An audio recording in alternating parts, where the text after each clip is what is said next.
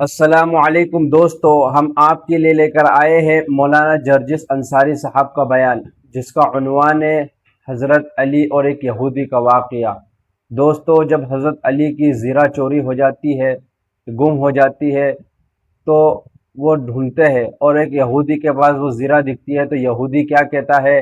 تو دوستو، ہم مل کر اس بیان کو پورا سنیں گے، اور اس بیان سے جو بھی سیکھنے کو ملے، کچھ بھی سیکھنے کو ملے دوستو، تو کمنٹ میں ضرور بتانا اور اس کے اوپر عمل ضرور کرنا۔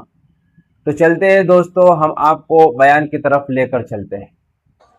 زبردست واقعہ، حضرت علی رضی اللہ تعالیٰ عنہ کی زرہ کھو جاتی ہے۔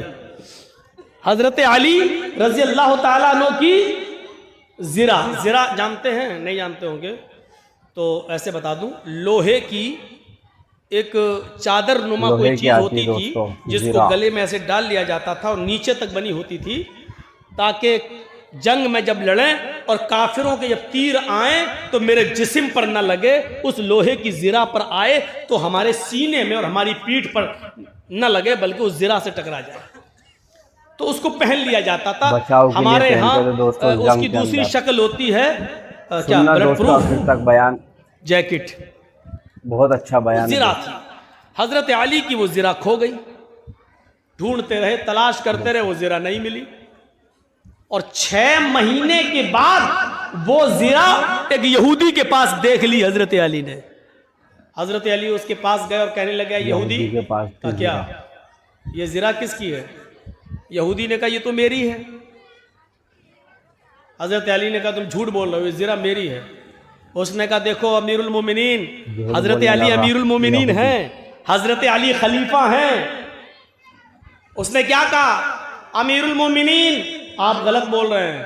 حضرت علی نے کہا میں غلط بول رہا ہوں؟ کہاں؟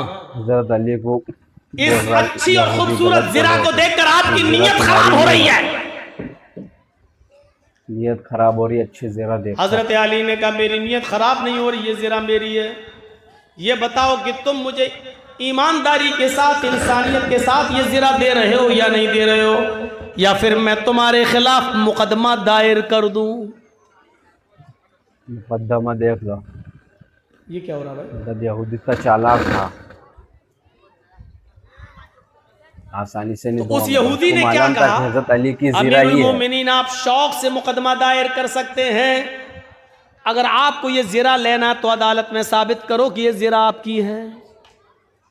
یہودی کو بھی پتہ نہیں کیا تھا کہ وہ دیکھنا چاہ رہا تھا کہ حضرت علی دیکھیں اپنا حکم چلا کر لیتے ہیں یا قانون ان کے لیے بھی ہے۔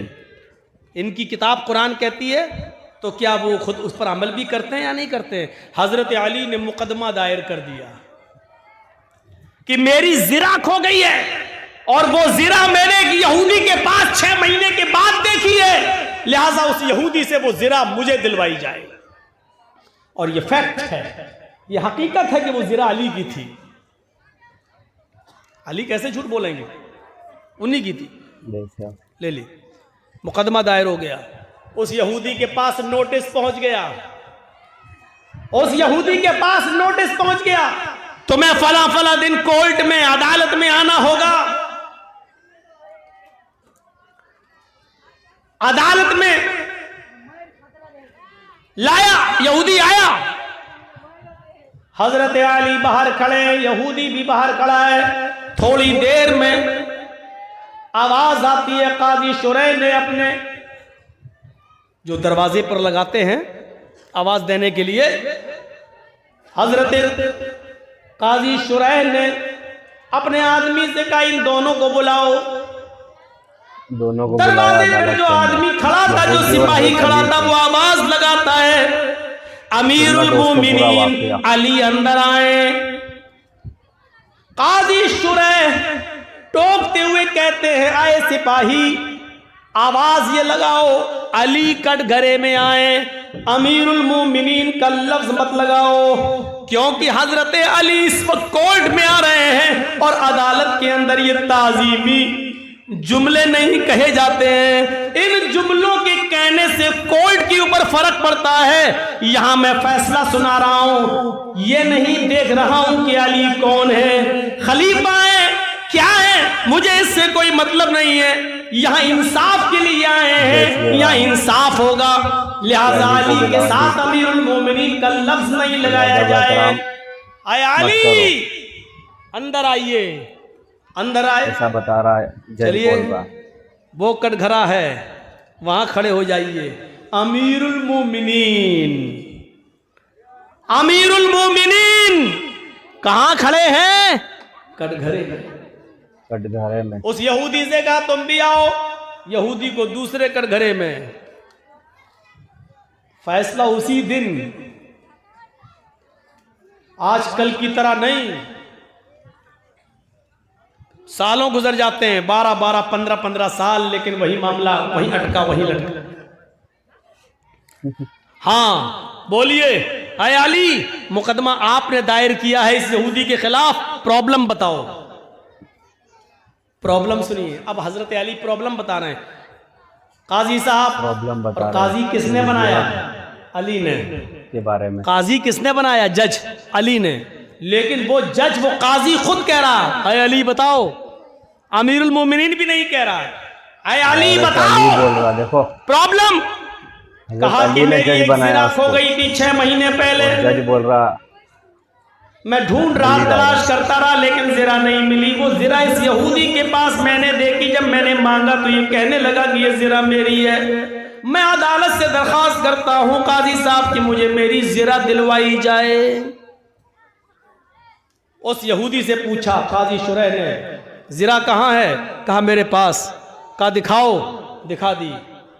کہا کہ علی کہتے ہیں کہ یہ زرا میری ہے، تم کیا کہنا چاہتے ہو؟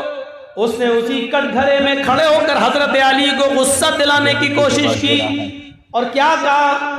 قاضی صاحب حضرت علی جھوٹ بول رہے ہیں، اتنی خوبصورت اور اچھی زرا پر ان کی نیت خراب ہو رہی ہے، یہ زرا تو میری ہے، میں اس کو کئی مہینوں سے اپنے پاس رکھا ہوا ہوں، علی کا دعویٰ غلط ہے، یہ زرا تو میری ہے۔ یہودی کو دیکھو کتنا چالاک ہے، حضرت علی کو اب کیا معاملہ بول رہا پھنس ہے کہ گیا، تم جھوٹ قاضی بول کیا رہے کرے بیچارہ؟ وہ کہہ رہا میری ہے، حضرت علی کہہ رہے ہیں زرا میری ہے، اچھی تو دیکھ کر نیت اب قرآن و بدل گئی، حدیث ایسا کی بتا رہا۔ روشنی میں فیصلہ دیکھیے کیسے ہو۔ بتاؤ جج کو بول رہا، بڑا پیارا فیصلہ۔ سننا دوستو قاضی پورا نے واقعہ، انشاءاللہ آپ علی کو سے ضرور کہا، فائدہ ہوگا شریح اس سے۔ صاحب نے، اے علی اگر تم یہ کہتے ہو کہ یہ زرا میری ہے، چونکہ ابھی تو یہودی کے پاس ہے اور یہودی اس کا مالک ہے، اگر تم یہ کہتے ہو کہ یہ زرا میری ہے تو تمہیں ثابت کرنا ہوگا، اور ثابت کرنے کے لیے تمہیں گواہ پیش کرنا ہوں گے۔ تم کوئی گواہ لے کر آؤ جو یہ کہے کہ یہ زرا علی کی ہے اور اس کی یہ پہچان ہے۔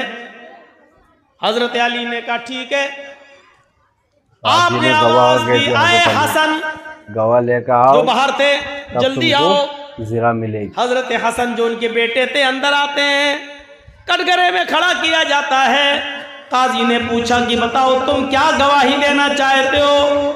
حضرت حسن گواہی دیتے ہیں کہ میں گواہی دیتا ہوں قاضی صاحب، یہ زرا میرے باپ کی، حضرت علی کی، امیر المومنین کی یہ زرا ہے جو 6 مہینے پہلے میرے گھر کے باہر دروازے پر رکھ کر میرے والد محترم اندر چلے گئے ناشتہ کرنے کے لیے، پانی پینے کے لیے۔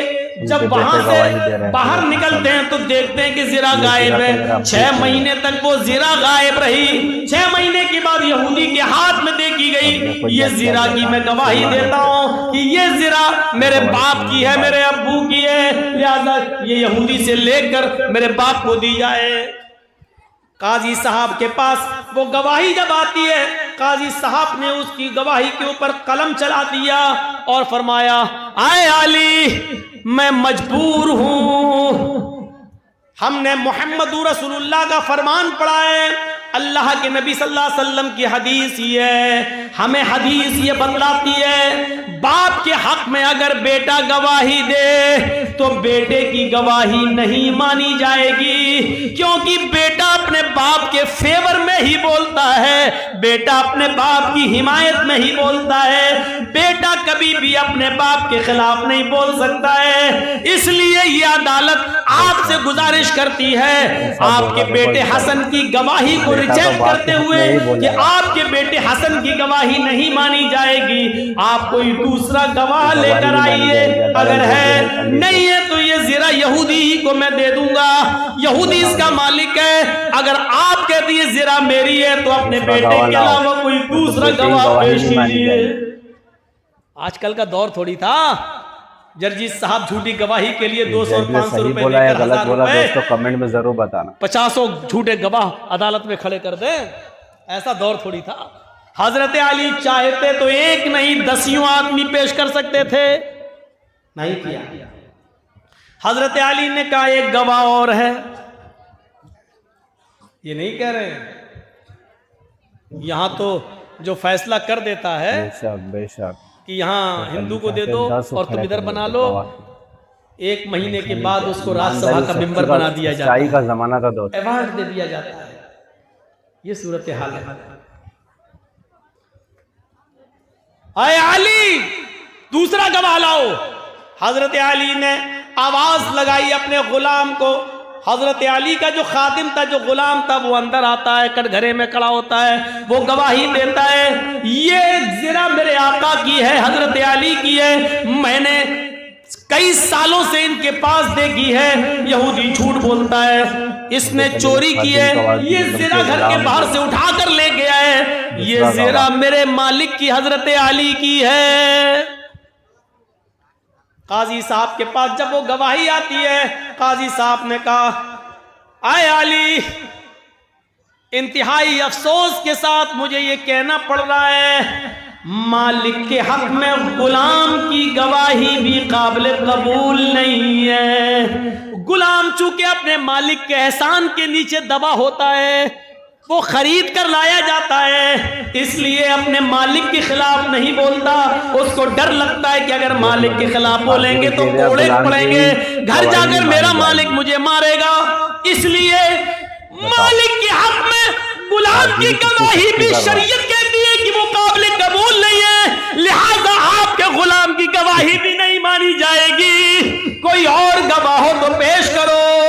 امیر المومنین چوتھے خلیفہ ہیں، بر وقت خلیفہ موجود ہیں، عدالت بھری پڑی ہے یہودیوں سے، عیسائیوں سے اور مسلمانوں سے، امیر المومنین کی گواہیاں ریجیکٹ کی جا رہی ہیں، حضرت علی کا بنایا ہوا جج خود حضرت علی کی گواہیاں ریجیکٹ کر رہا ہے۔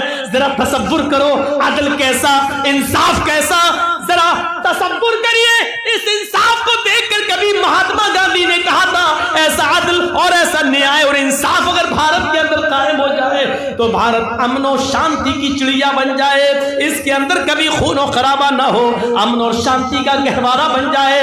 یہ ملک ایسے ہی عدل و انصاف کی وجہ سے میرے بھائیوں آپ اندازہ لگا سکتے ہیں، ایسی عدل و انصاف کی وجہ سے لوگ اسلام کے دائرے میں داخل ہوتے چلے گئے۔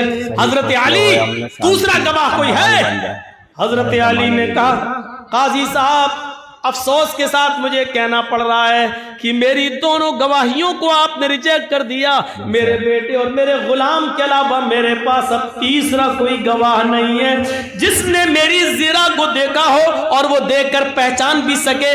دیکھے تو بہت سے لوگ ہیں لیکن اس کی جو پہچان ان دونوں کو معلوم ہے وہ کسی اور کو نہیں معلوم ہے، دیکھی ہوگی لیکن وہ یہ نہیں کہہ سکتا کہ یہ علی ہی کی ہے یا کسی اور کی، میں کیسے جانوں؟ میرے پاس اور کوئی تیسرا گواہ نہیں ہے۔ جانتے ہو اب عدالت کیا فیصلہ سناتی ہے؟ بھری عدالت میں امیر المومنین کے خلاف فیصلہ سنایا جا رہا ہے۔ قاضی شرح کہتے ہیں اے یہودی اس زرہ کے مالک تم ہو کیونکہ یہ زرہ تمہاری ہے، تمہارے پاس ہے اور تم اپنے پاس اس کو رکھتے ہو۔ حضرت علی اس زرہ کو اپنی بتا رہے تھے لیکن علی اس زرہ کو اپنی بتانے کے لیے 2 گواہ نہیں پیش کر سکے ہیں، لہذا اس زرہ کو تمہیں دیا جا رہا ہے، اس زرہ کے مالک تم ہو، جاؤ آج کے بعد یہ زرہ تم سے حضرت علی نہیں مانگ سکتے۔ یہودی اس زرہ کو اٹھاتا ہے اور دکھاتا ہے اور کہتا ہے جج صاحب، قاضی صاحب، آپ نے اپنا فیصلہ سنا دیا ہے، میں یہی دیکھنا چاہتا تھا دوستو آگے کیا کہ حضرت علی کہیں جھوٹے گواہ تو نہیں لاتے ہیں، اور یہ دیکھنا چاہتا تھا کہ حضرت علی کا رعب و دبدبہ دیکھتے ہوئے کہیں آپ غلط فیصلہ تو نہیں سناتے ہیں۔ آپ نے وہی فیصلہ سنایا جو قرآن کہتا ہے، جو حدیث کہتی ہے. لیکن اب آپ بھی ایک بات سن لیجئے، آپ نے جو فیصلہ سنا دیا، اب اس زرہ کا مالک میں ہوں، لیکن اب میرا فیصلہ سن لیجئے. حضرت علی بالکل سچے ہیں. یہ زرہ دروازے کے باہر رکھی تھی اور میں نے 6 مہینہ پہلے یہ زرہ اٹھائی تھی اور میں لے کے چلا آیا تھا، اور جان بوجھ کر 6 مہینے کے بعد میں یہ زرہ علی کے سامنے سے لے کر گزرا. دیکھیں علی پہچانتے ہیں یا نہیں پہچانتے، اور پہچانتے ہیں تو زبردستی تو نہیں چھینتے، اور مقدمہ دائر کرتے ہیں تو دیکھتا ہوں فیصلہ کیا ہوتا ہے. یہ سب میں آزمانے کے لیے کر رہا تھا. آزمائش میں علی بھی کامیاب، اس آزمائش و امتحان میں عدالت بھی کامیاب. لہٰذا اس کامیاب عدالت کا فیصلہ اور علی کی ایمانداری کو دیکھتے ہوئے اب میرا فیصلہ یہ ہے کہ یہ زرہ علی کو دے رہا ہوں، اور جس نے آپ کو اور علی کو یہ فیصلہ کرنے پر اور فیصلہ ماننے پر مجبور کیا ہے، اس مذہب سے میں بھی اپنا رشتہ جوڑ رہا ہوں. اشہد ان لا الہ الا اللہ و اشہد ان محمدً عبدہ و رسولہ. یہ کلمہ پڑھ کر وہ یہودی اسلام کی آغوش میں اور اسلام کی گود میں آ جاتا ہے. میرے بھائیوں، یہ عدل ہوا کرتے تھے. وَلَا يَجْرِمَنَّكُمْ شَنَآنُ قَوْمٍ عَلَىٰ أَلَّا تَعْدِلُوا. کسی قوم کی دشمنی تمہیں غلط فیصلہ کرنے پر مجبور نہ کر دے. بے شک بے شک. دیکھ لو دوستو، کلمہ پڑھ لیا ہم اور آپ ہندو اور مسلمان کے درمیان صرف ایک ایمانداری اور سچائی کو دیکھ کر دوستو. اگر پنچایت گاؤں میں ہی ہو جائے یہ عدل و انصاف تھا دوستو. تو ادھر بھی ہم کوئی نہ کوئی طریقہ ایسا اپناتے ہیں کہ ہماری بات ہمارے رشتہ دار کے فیور میں چلے جائے، ہمارے قریبی کی فیور میں، قریب کے فیور میں چلے جائے. یہ ہمارے انصاف کا تقاضا ہے. ارے اللہ تو یہ کہتا ہے کہ غیر مسلم کوئی دوسرے دھرم کا ماننے والا جو تمہارا دشمن ہے، لیکن اگر آپ سے فیصلہ کروایا جائے تو اس وقت اپنی دشمنی بھول جانا، اور جو عدل ہو، جو انصاف ہو، وہی فیصلہ کرے.